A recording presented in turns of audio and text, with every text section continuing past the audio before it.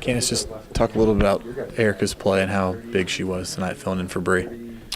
She was huge. I mean, it's not easy to come off the bench and have to play 40-plus minutes, when you're not used to it. But she did a good job. She knocked down some big shots for us, and, she played really hard. You guys had a ton of free throws, especially in the third quarter. Was that kind of the mindset going in at halftime? Yeah. I mean, it should always be our mindset. Attack our opponent and try and get to the free throw line, and we did a better job of that in the second half. I know we had Phoenix over there complaining about the amount of free throws we were shooting, but we just have to have an attack mentality. What was the difference, you think, in the overtime period? Just mental toughness and execution. We've got to find a way to just be tougher and execute down the stretch. Our defense wasn't terrible, but we've got to do a better job on the offensive end of the floor. I don't think we scored till, 3 minutes into the overtime period, so we got to do a better job of that.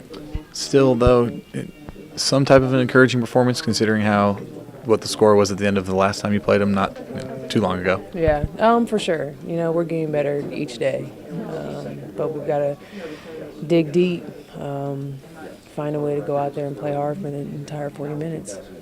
Just to piggyback off his free throw question, you were very effective getting there. That's a team you're familiar with. Does that familiarity make it easier for you to attack them and know and maybe exploit some of their weaknesses to get to the foul line for you? No, it's just having an attack mentality. Doesn't matter what kind of schemes they're running. There's always a way to attack, and there's always a weakness, and I was just able to find it. You get Shanice back, and then, less than 2 minutes into the game, Bree goes down. Is there a feeling of hey, one step forward, another step back? How do you assess a situation like that? It's tough, especially since Bree is our point guard. She's our floor general. So, we got to get in the gym tomorrow and figure some things out. E-Dub's going to have to put in some work, and we'll see what happens on Friday against Seattle. Obviously, she had a good game tonight, but, when Bree isn't out there, does that hinder the offense at all? Does it make it more difficult to get to the things you want to run? It does a little bit. I think, we miss her leadership, her execution. But like I said, E-Dub's got to kind of learn on the fly and be able to get people in their spots on the floor the same way that Bree does.